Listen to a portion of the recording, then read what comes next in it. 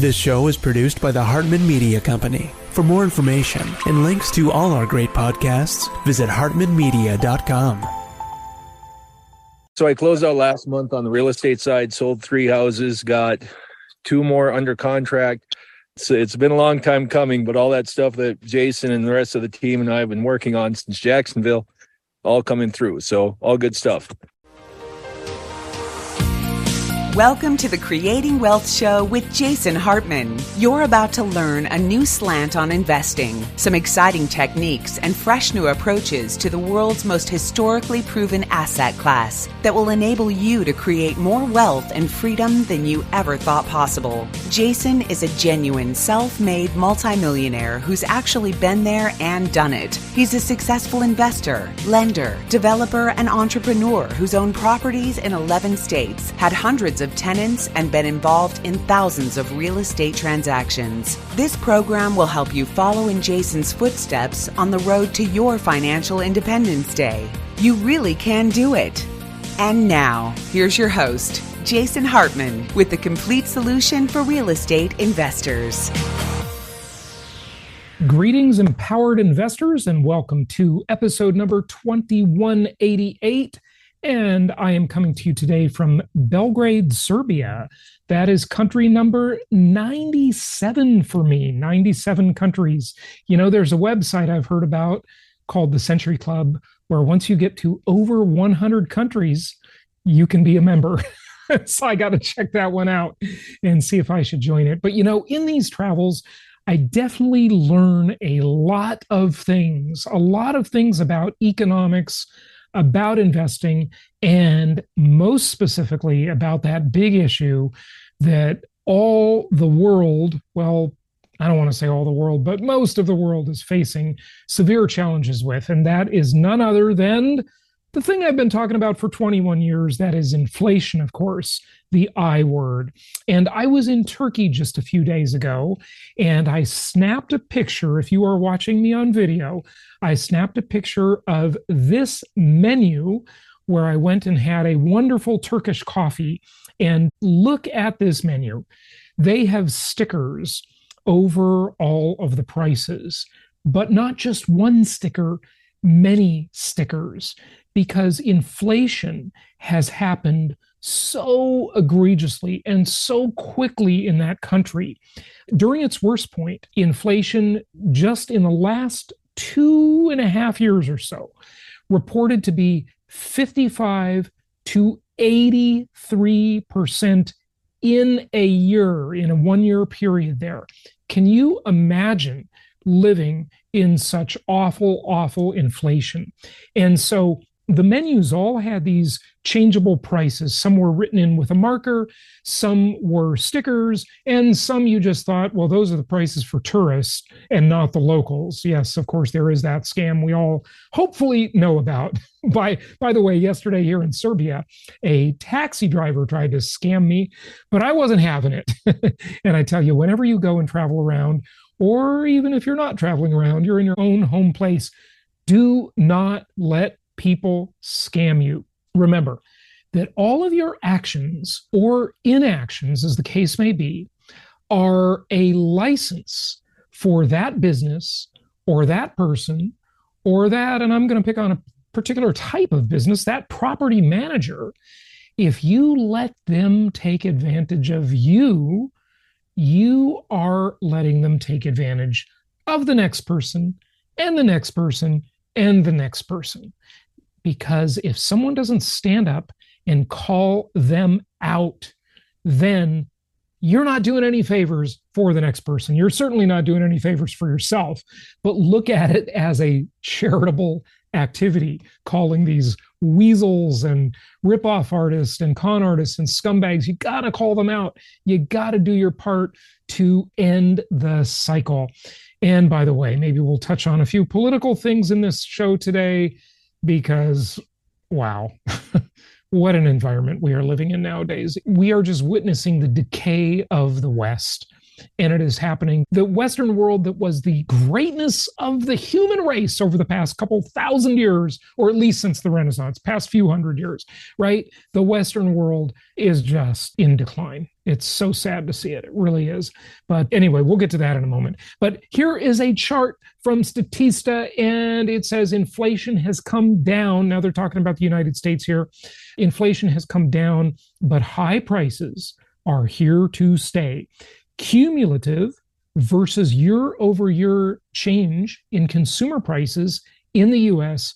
since January of 2020. So we're seeing COVID era stuff here mostly, and the cumulative change in prices represented by the dark line, is that a blue line? I think it is, by the dark blue line versus inflation year over year represented by the red line. Well, now they're getting to claim at least partial victory over the battle with inflation, saying it is only about 3%.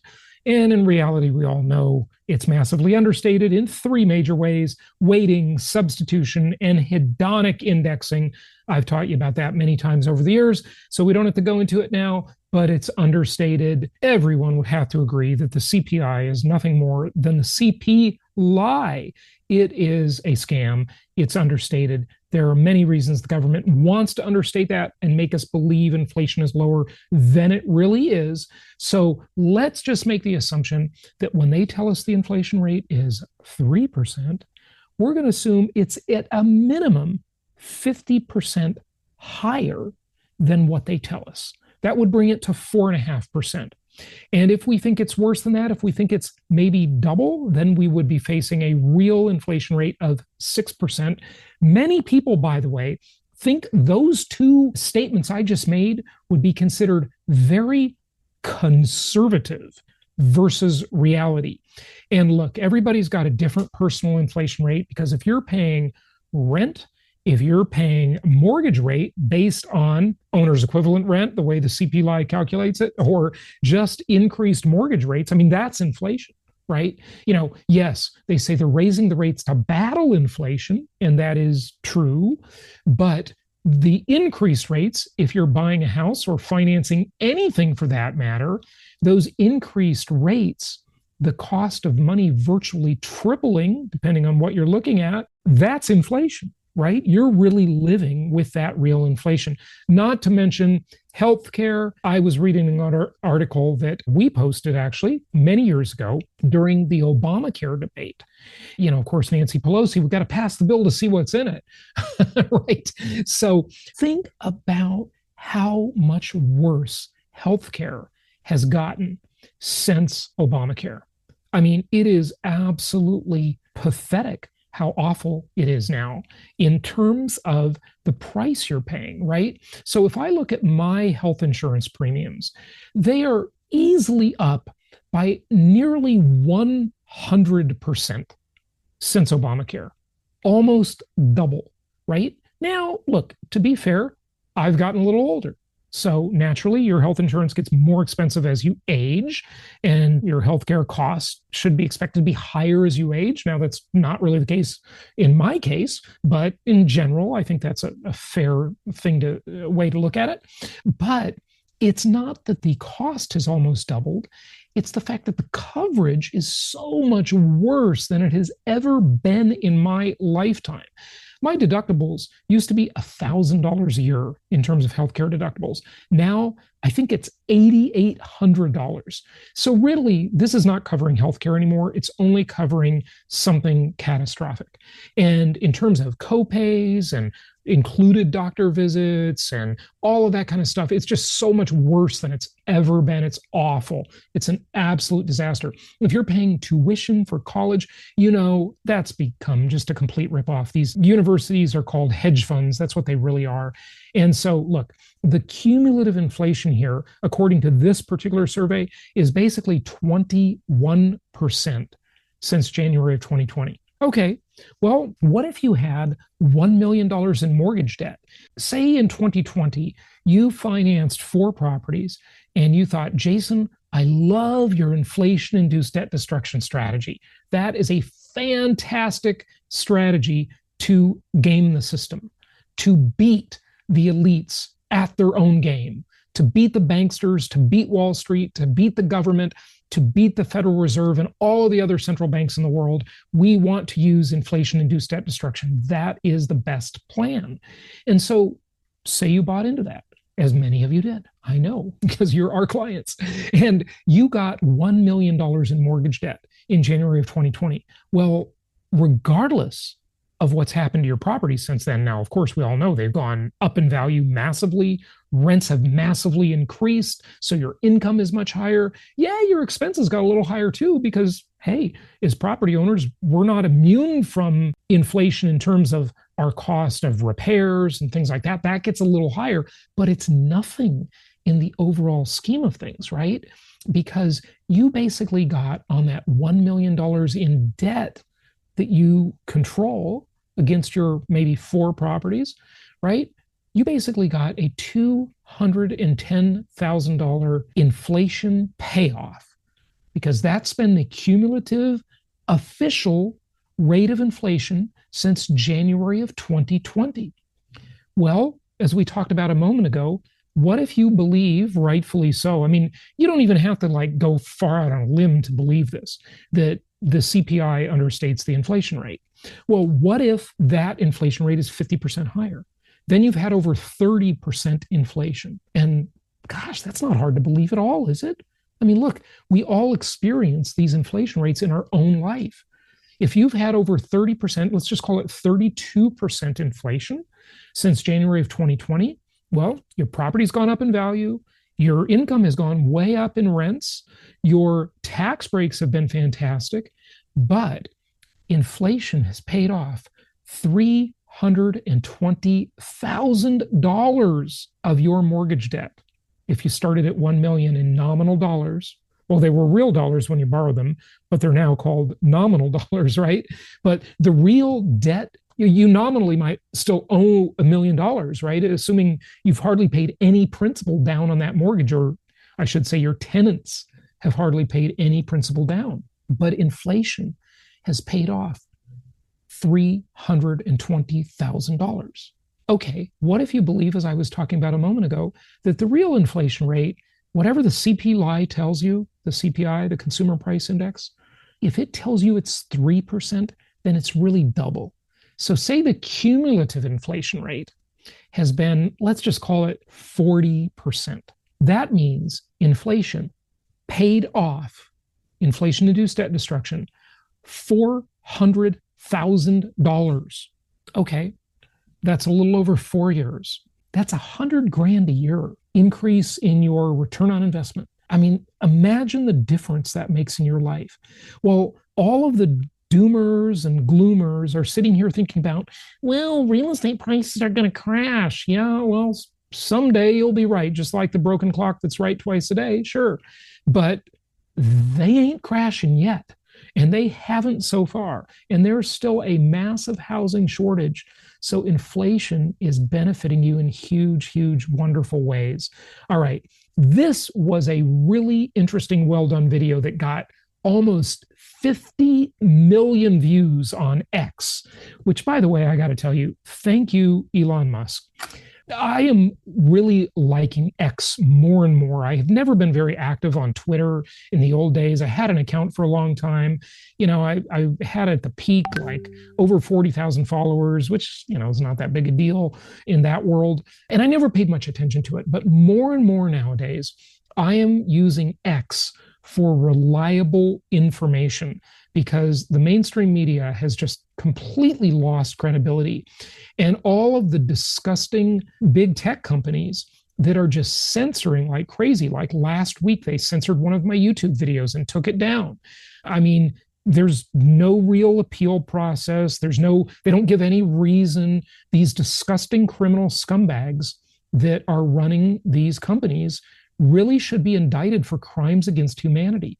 What they are doing is awful. The biggest problem facing the human race, as I've always said, is censorship. That is the most dangerous things. I mean, Fahrenheit 451, Ray Bradbury's book. I mean, look at what the Nazis did. I mean, every tyrant throughout history, what they seek to do first is control the information. And it's pretty scary stuff. Okay, so this video is from Dr. Peter Onge. Is that how you say that? He says 76% of all personal income tax last month went to servicing the $34 trillion national debt. How did we get here? Two men, FDR and Richard Nixon. Well, Nixon's the one who took us off the gold standard, put the final blow on it, right? Together, they broke the dollar and put the American people into debt slavery.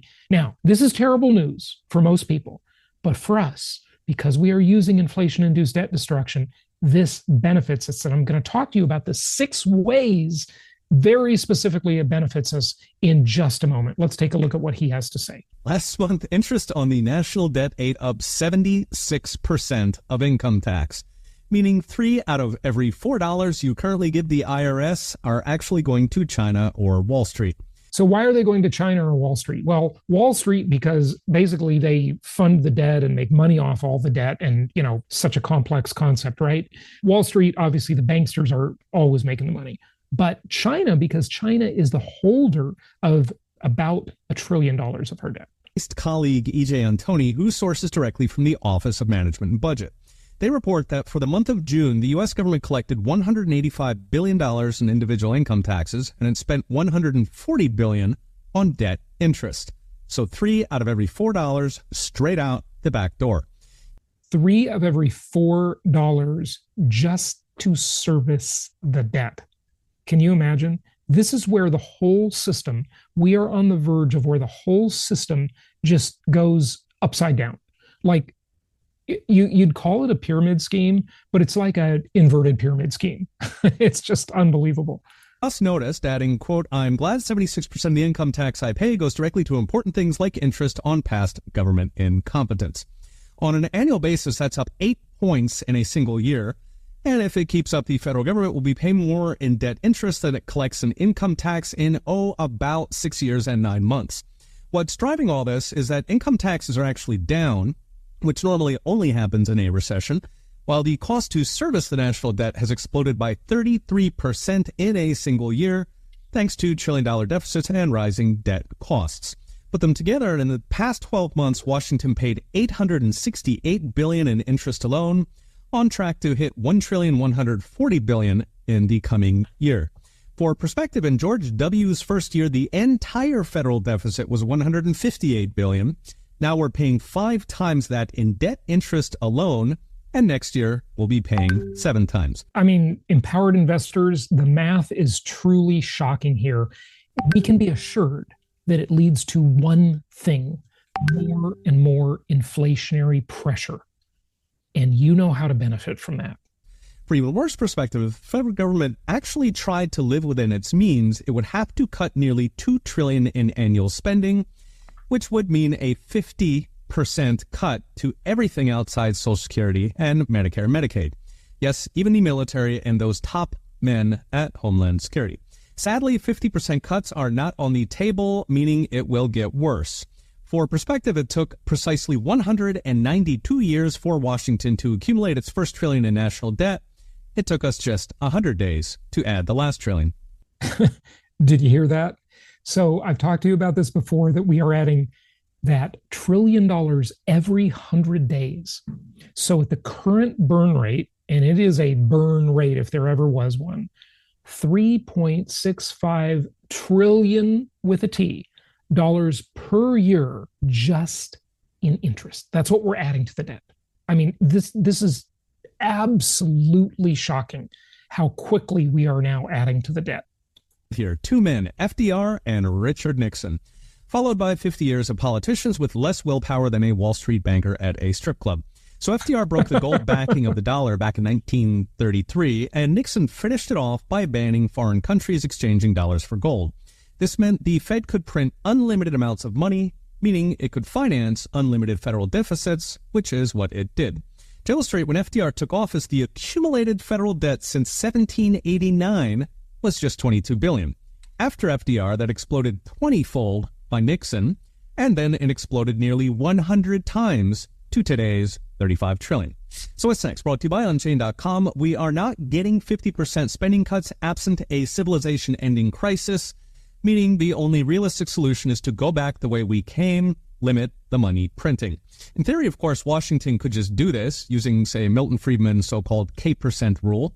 But given the incentives to buy elections and reward donors, Washington needs the physical constraint of hard money backing. This could mean backing with gold, as is traditional. It could mean Bitcoin someday. It could even mean a basket of commodities like oil or grain, which would be an improvement.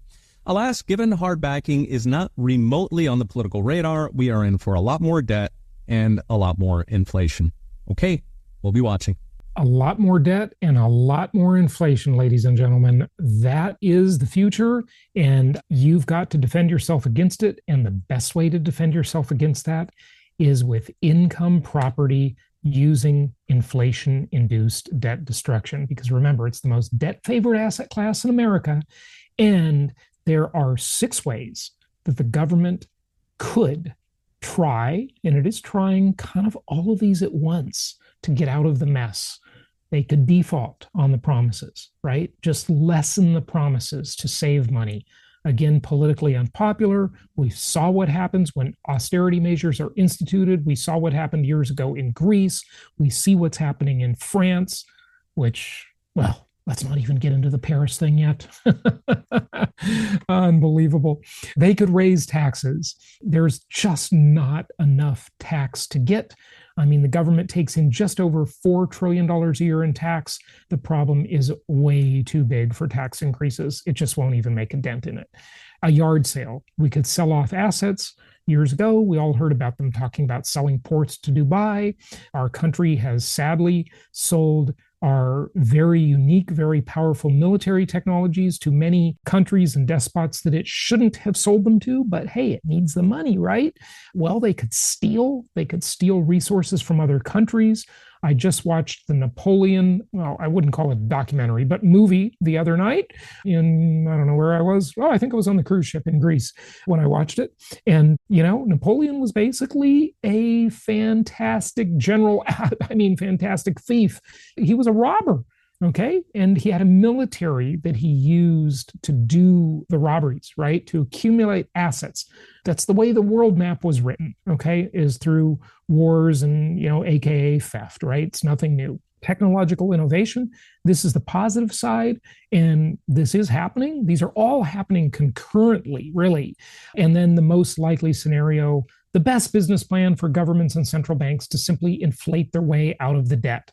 So how do you benefit by all this? Well, you use inflation-induced debt destruction with your income properties, and that is how you have a big benefit. Well, since I'm traveling and going to all of these different places around Europe, it would really be remiss not to talk about the absolute craziness of our world right now, the Olympics. I mean, this is truly unbelievable.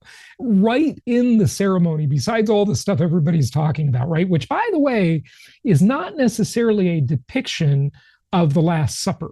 Just so you know, look up Dionysus Festival. Look that up on Wikipedia.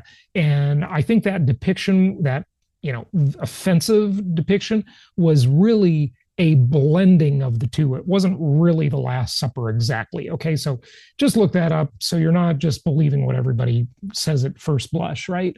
So there's a little more to it than that. But nonetheless, it's just absolute craziness. I mean, the elites are out in front. They have become so emboldened with their Satan worship, their radicalism, this sort of George Soros-esque plan to change the world. There are so many cross currents and so many factors and so many things kind of blended together in this amalgam of just absolute nuttiness. Okay. But look at this, the golden calf at the Olympic ceremony.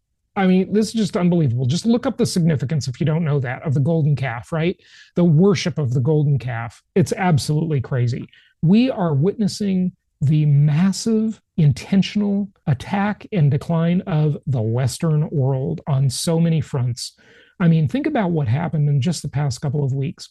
We had an attempted assassination on a former president and now again presidential candidate who shouldn't even have to be running because the whole last election was just a complete scam. We all know that. Okay. I mean, anybody with any ounce of true thinking knows that things just don't add up. I mean, there's the 2000 Mules documentary. Be sure you watch that if you haven't already. Of course, that was censored. Of course, so many things about C-19 were censored and J6 were censored. It's absolutely ridiculous. And, you know, they love to say, oh, you're a conspiracy theorist. Well, again, this meme, I want to show it to you again. Conspiracy theorist, nothing but a derogatory term for a person who researches a subject, then uses logic and critical thinking to form an educated opinion instead of just blindly believing whatever they saw on their television. Shouldn't you say that the people that just believe whatever's in the media, they're the conspiracy theorist, right? It's just become beyond the beyond, folks. It really has. Hey, before we wrap it up, be sure to join us for our next Wednesday Zoom meeting. You're going to like this one. We have got a totally new person to the network, JJ Childers, who is going to talk about asset protection and tax planning. And I think you're really going to enjoy this next one coming up on August 14th. So go register, jasonhartman.com/Wednesday for our next upcoming masterclass. These are free, jasonhartman.com/Wednesday. And Empowered Investor Pro members, I want to remind you of our new time for our monthly meetings. We meet the first Tuesday of every month, the pro members, and we've got a new time for that. It's now 12 noon Pacific. You've requested this, 12 noon Pacific, 3 p.m. Eastern for Empowered Investor Pro on the first Tuesday. And then the second Wednesday is our masterclass open to all our listeners and viewers of the Empowered Investor Network. And you can register for that one at jasonhartman.com/Wednesday. Until next show, I'll see you in 2 days where I will probably be in a different country. Reach out if you need us. Our investment counselors are available through jasonhartman.com or at 1-800-HARTMAN. And happy investing. Thank you so much for listening. Please be sure to subscribe so that you don't miss any episodes. Be sure to check out the show's specific website and our general website, hartmanmedia.com, for appropriate disclaimers and terms of service. Remember that guest opinions are their own, and if you require specific legal or tax advice or advice in any other specialized area, please consult an appropriate professional. And we also very much appreciate you reviewing the show. Please go to iTunes or Stitcher Radio or whatever platform you're using and write a review for the show. We would very much appreciate that. And be sure to make it official and subscribe so you do not miss any episodes. We look forward to seeing you on the next episode.